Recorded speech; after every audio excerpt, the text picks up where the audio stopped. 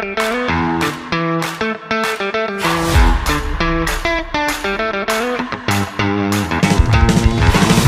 balik lagi sama gua di Red Hooligan ya, channelnya fans loyal Manchester United.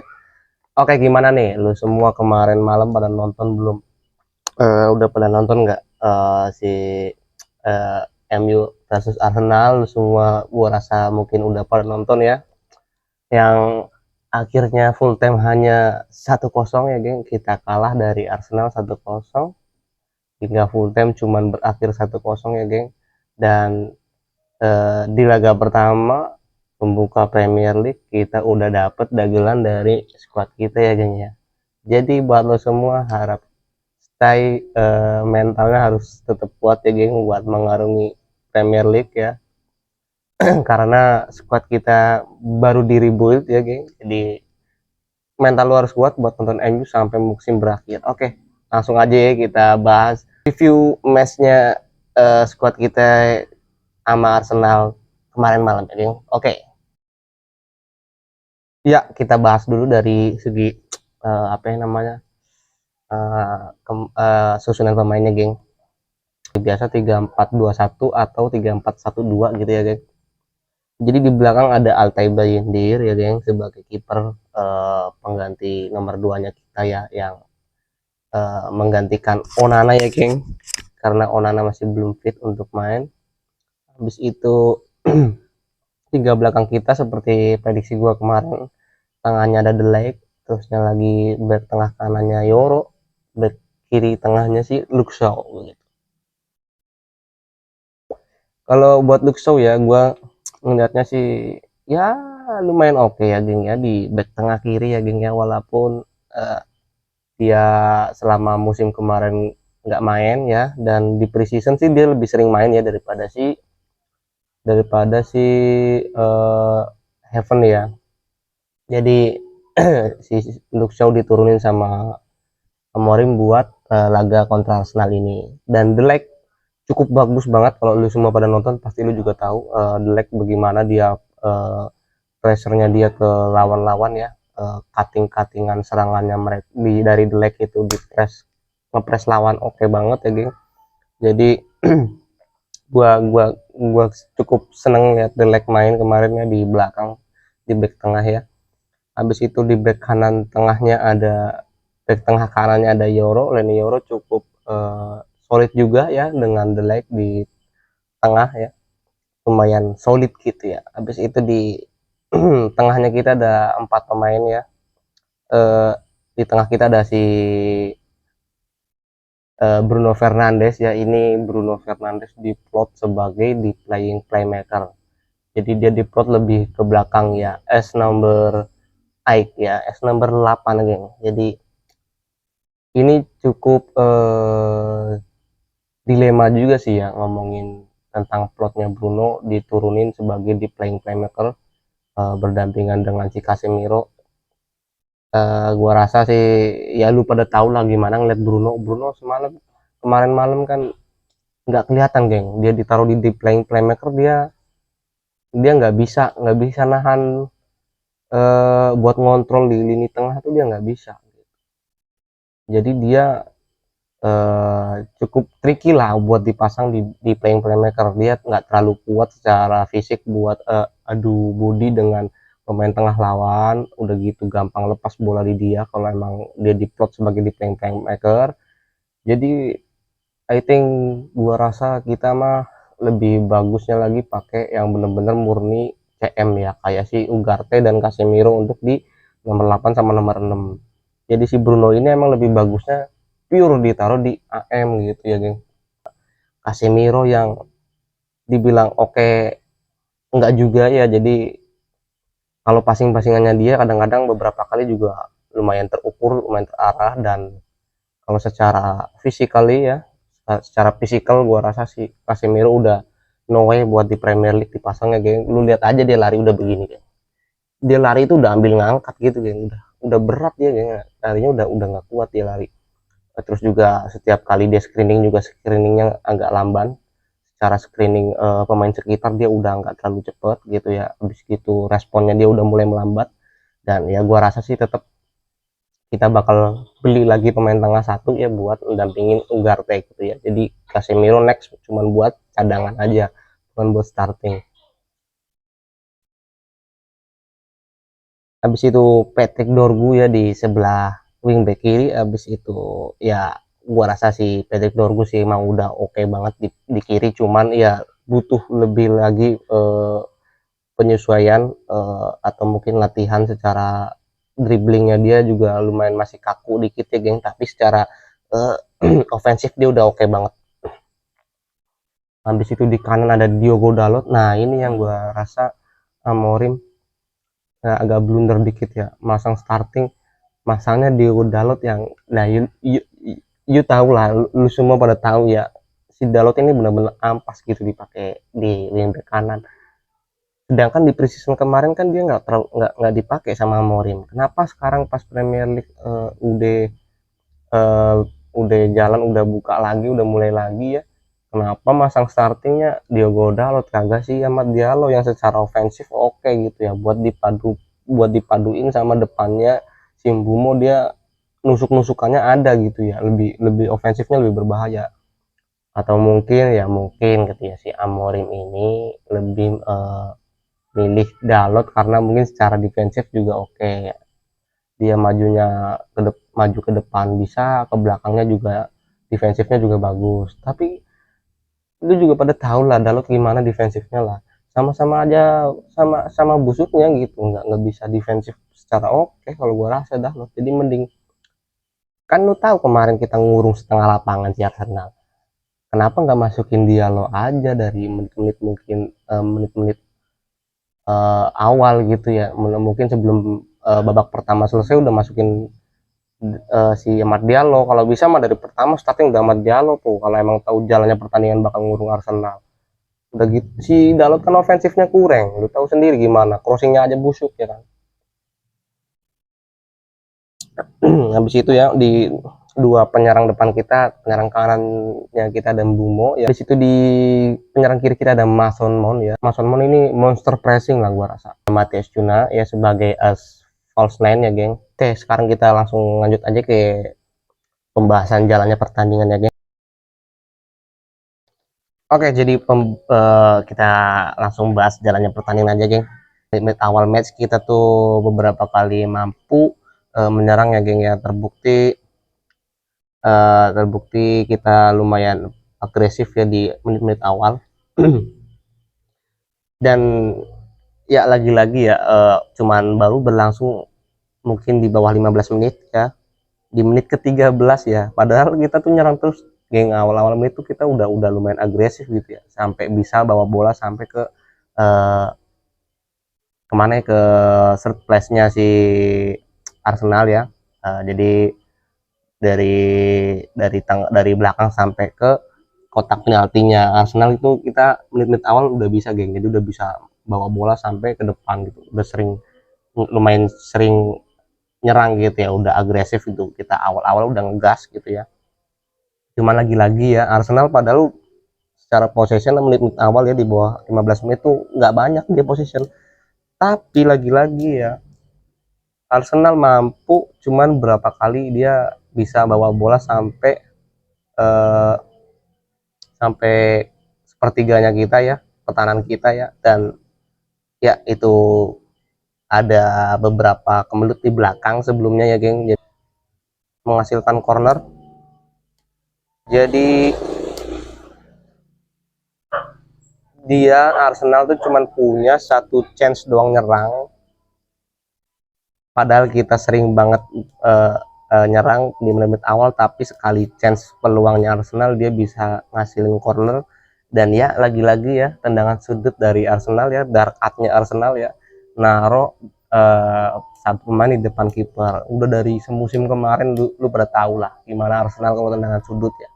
Dan yang gue sesalin juga kenapa kita kejebolan lagi lewat tendangan sudut, padahal udah, kenapa nggak belajar dari musim lalu gitu ya. Musim lalu kita sering banget kejebolan sama semua tim lah ya, terutama dari sisi corner gitu ya, dari tendangan sudut ya. Walaupun mungkin si Arsenal cukup curang lah ya cara mainnya, dark art-nya si Arsenal tuh dari corner tuh yang dia nempelin satu pemain di depan kiper persis buat ganggu kiper.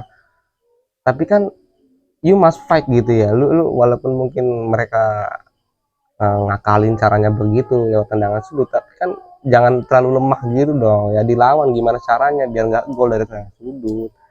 Ya ininya lagi-lagi ya kita golan lagi dari corner yang ya gua rasa sih golnya sampah banget ya, gua rasa golnya sampah banget. Dan di menit ke-29 ya geng, Dorgu dapet peluang shot on target ya geng. Respect sih gua sama si Dorgu ya, dia berani nyuting dari sudut jauh begitu ya geng, dan ya kena mistar gawang lagi-lagi again. Kurang beruntung ya kita ya, kena mistar gawang padahal tipis banget lagi ya, kalau mungkin kena mistar gawang masuknya ke dalam gitu udah gol, udah sama 1-1 ya. Cuman ya berkata lain ya, bola larinya keluar gitu ya. Jadi gua pas itu aduh gila Dorgu cok, langsung kena mistar cok, padahal settingannya keras itu loh dari kiri dia loh, kena tiang. Lu semua pada nonton pasti pas itu kaget ya, syutingannya buset langsung kena tiang cok, lagi-lagi nggak jadi gol gitu ya. Harusnya kalau gol tuh udah 1-1 gitu.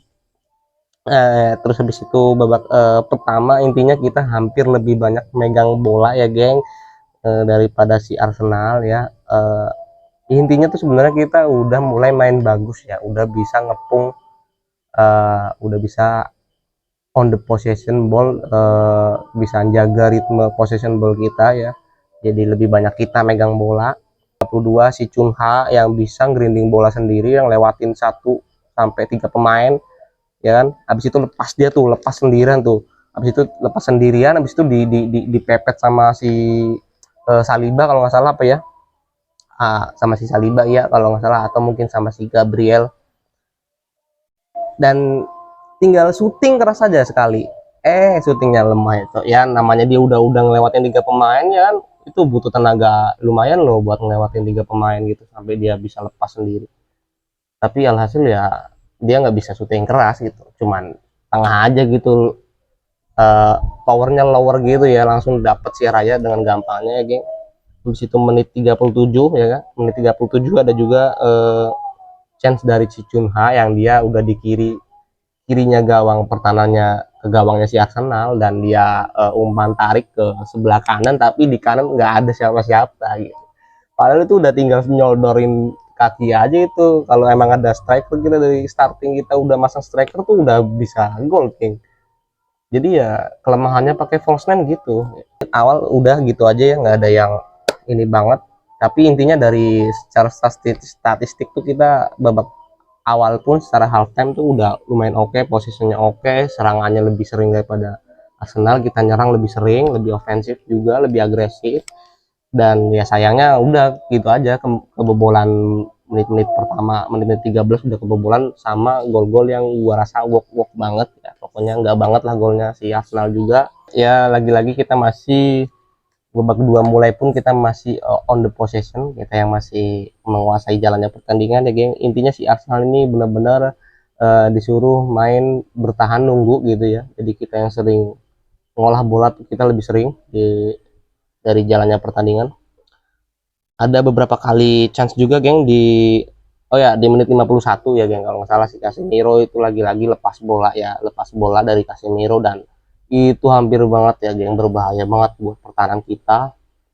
Jadi gua rasa ini benar-benar PR yang penting buat squad kita, kalau emang bisa datengin satu pemain lagi, pemain tengah ya, gua rasa itu emang harus banget ya, ngambil lagi pemain tengah yang mirip-mirip sama Ugarte, cuman lebih bagus secara passingnya tuh, bisa lebih oke lah daripada Ugarte. Maksudnya secara defensif sebagus Ugarte, cuman yang punya kemampuan untuk terupas ke depan atau langsung direct pass ke depan yang lebih oke daripada Ugarte gitu aja. Jadi ada lagi si menit 54 terus kita pergantian pemain substansinya, si Ahmad masuk. Habis itu menit ke-55 ya geng, menit ke-55 si Mbumo itu duel sama si Saliba. Buset ya, si Wak Jenggot dia duel sama si Saliba geng, pas dia dapat bola sendirian juga tuh, persis kayak si Chunha gitu lah posisinya. persis kayak peluangnya Cunha, dia megang bola sendirian. Dia tuh si Mbeumo ini duel sama si Saliba, cok. Si Saliba sampai kebanting, cok. Gua heran apa si Mbeumo badannya walaupun gempal-gempal gitu, walaupun nggak kering badannya kayak atlet lain, tapi kayaknya cukup oke loh buat adu-adu body. Dia cukup oke si siapa sih Mbeumo ini, badannya gempal-gempal padat gitu ya. Si Saliba aja sampai kebanting, cowok. Dia duel sama si Mbeumo, lari dia, Mbeumo ngerinding bola di kakinya, si Saliba nempel, Salibanya yang jatuh. Pokoknya ininya kita tuh, gua intinya gua seneng banget lah ngeliat MU bisa bisa apa lebih progresif, ofensifnya lebih membaik lah ketimbang musim lalu, geng. Dan dia menit 64 ya, geng, akhirnya ya, geng. Nomor 9 kita si Sesko debut ya, debut. Habis itu Sesko masuk, terusnya lagi si Ugarte masuk kalau nggak salah ya. Iya, Sesko masuk, Ugarte masuk, sama oh kalau Maguire di menit-menit 80-an kalau nggak salah masuknya, apa menit-menit 75 kalau nggak salah ya, si Maguire masuk. Jadi si si Sesko akhirnya debut, geng, di Premier League pertamanya dia ya, walaupun nggak ngasilin gol ya di debutan pertamanya dia, tapi I think kita nggak bisa ngejudge langsung. Dan gue rasa si Sesko ini, lu lihat kemarin lah, lu mungkin pernah nonton kemarin kan, kalau lu yang nonton lu pasti bisa ngelihat si Sesko ini lebih agresif lagi, geng, daripada si Ojulun. Jadi dia tuh lebih lebih lebih oke lah secara pergerakan tuh. Dia nggak kebanyakan diem di depan gitu, kadang dia juga agak turun ke tengah gitu. Habis itu kalaupun di depan dia nggak cuma diem doang di center gitu, dia kadang-kadang ke kiri, kadang-kadang nyari ruang yang kosong kemana ke depan gitu. Jadi I think si Sesko ini 2.0-nya si Ojul lah ya, lebih oke lah secara memposisikan diri, dia lebih oke daripada si Ojul ya, walaupun nggak ngasilin gol ya, tapi ini kan dia main 20 menit, lu nggak bisa ngecek begitu. Jadi kita lihat 10 laga ke depan lagi, geng, seperti apa Sesko ya.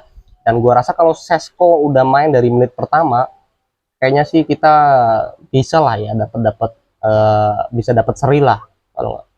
Kalau gua kira sih kita bisa dapat gol lah, setidaknya bisa seri gitu. Habis itu yang paling lucu menit ke 80, geng. Si siapa ya? Si Ugarte, geng, ya. Kalau nggak salah Ugarte, ya bener, Ugarte menit 80 dia lepas bola, dia passing ke belakang, back passnya malah ke Havertz, cok, dikasih, cok, ke lawan, cok, anjing gua rasa. Pas itu gua ketawa bener-bener kocak, cok. Dia umpannya ke Havertz, cok, nggak, dia aja kaget, si Ugarte-nya aja kaget. Iya, anjing, gua ngoper ke Havertz malah, cok. Jadi langsung, ya walaupun nggak gol ya, tapi kan udah deg-degan juga, cok. Lu semuanya nonton kan deg-degan, si Ugarte salah salah passing back passnya malah ke penyerang lawan. Kocak aja. Baru juga main belum lama udah langsung blunder si Ugarte ya. Pokoknya kocak lah, pokoknya si Ugarte kemarin umpan back pass malah back pass ke Havertz, cok. Habis itu ya intinya babak kedua pun kita lebih sering possession the ball, kita benar-benar mengurung Arsenal buat main di daerah pertahanannya dia, mengurung Arsenal cuman main setengah lapangan. Intinya si Arsenal ini benar-benar kekurung ya, geng ya. Jadi gue cukup kaget dan gue cukup seneng ya, permainan MU yang semusim kemarin kita biasanya cuma jadi tim mediocre yang dikurung habis-habisan di pertahanannya kita sendiri dan suruh main di sepertengah lapangan ya. Dan sekarang kita bisa mampu nyerang lebih sering daripada Arsenal dan lebih banyak possession the ball. Jadi habis itu kita langsung masuk ke pembahasan catatan-catatan penting yang gue catat, yang mungkin bisa diperbaiki lagi oleh squad kita di match-match berikutnya. Oke, geng, berapa aja sih yang mau gue sampaikan catatan penting dari match kemarin. Secara ofensif tuh kita sebenarnya udah oke banget ya, geng. Pokoknya kita udah improve, benar-benar improve dari musim lalu secara ofensif. Cuman lagi-lagi kita kalau udah di sepertiga pertahanan lawan tuh masih bingung ya, buat buat masalah finishing itu kita masih bingung, terutama pas kita make formasi yang make false nine kayak starting kemarin. Jadi kalau udah di depan gawang tuh bingung. Ya mungkin karena si Arsenal juga lumayan parkir bus ya. PO-PO-nya di parkir busnya cocok. Parkir bus PO-PO-nya tuh di depan gawang si Arsenal anjing anjing. Jadi intinya kita udah oke banget ya secara ofensif. Abis itu kenapa harus Casemiro yang dipasang kontra Arsenal? Kenapa nggak Ugarte aja yang dipasang dari starting pertama tuh Ugarte yang main? Itu aja sih. Karena Casemiro udah bener-bener buat yang intensitas tinggi udah bener-bener nggak bisa dia dipakai. Dan Ugarte kurang bagus karena dia belum panas kayak mainnya kemarin. Dia main masuk udah menit keberapa, dia butuh mungkin butuh 10 menit atau mungkin 5 menit buat panas gitu ya. Dia juga eh, makanya itu gua note-nya gua tuh kenapa nggak Ugarte dari pertama dimainin. Habis itu kita eh, beberapa kali ya momentum serangan, cuman ada beberapa kali juga kita punya momentum serangan, cuman nggak ada orang lain di depan yang buat bantu pemain yang lagi megang bola di depan. Jadi kayak si Dorgu udah umpan tarik di tengah nggak ada pemain. Intinya nggak ada yang bantu lah ketika udah serangan tuh udah sampai ke uh, sepertiganya si Arsenal tuh nggak ada yang bantu gitu buat nerima-nerima umpan atau buat diajak passing-passing one two gitu nggak ada gitu. Intinya kebingungan ya kalau ada pemain yang lagi bawa bola buat nyerang ke depan tuh nggak ada temennya yang bantu, intinya gitu aja. Habis itu be, be, ya itu beberapa kali si Dorgu juga umpan nggak ada temen yang bantu di final third. Jadi sering banget lah kemarin kalau lu lihat juga lu sering lihat semua peluang yang kayak Cunha grinding bola sendiri tapi nggak ada temannya yang langsung dari sisi kanan si Dalot atau mungkin yang lain di sisi kiri si Dorgu langsung langsung kompak ke depan gitu bantu itu nggak ada, jadi kebingungan gitu. Jadi habis itu Bruno Bruno ini bener-bener nggak kelihatan kalau di plot sebagai di playing playmaker ya. Gua rasa emang Bruno nggak bisa lah intinya dipakai di nomor 8, harusnya emang dia murni nomor 10. Jadi mau nggak mau ngorbanin Cunha gitu kalau emang mau dipasang sebagai nomor 10 tuh si Bruno mungkin bergantian sama Bumo atau mungkin Cunha gitu ya. Atau mungkin kalau bisa ya sesekali ngorbanin si Bruno lah buat dipasang jadi starting gitu ya, mungkin dia masuk babak kedua gitu ya. Jadi nggak harus banget si Bruno yang starting begitu geng. Karena kalau mau dipasangin di nomor 10 kan berarti harus ada yang dikorbanin antara Cunha atau si Bumo yang mainnya nanti jadi jadi apa namanya jadi di bangku cadangan. Habis itu apalagi nih ya, habis itu ada back kita ya bermain cukup solid ya di match kemarin ya, walaupun banyak beberapa kemelut ya di pertahanan kita tapi lumayan solid ya geng, nggak ada yang bikin deg-degan banget lah ya intinya ya. Dan si Arsenal pun nggak banyak serangan yang berbahaya gua rasa ya. Eh, karena emang kita mengurung Arsenal kemarin ayam yang layaknya ayam yang dikurung di kandangnya sendiri seperti itu ya geng.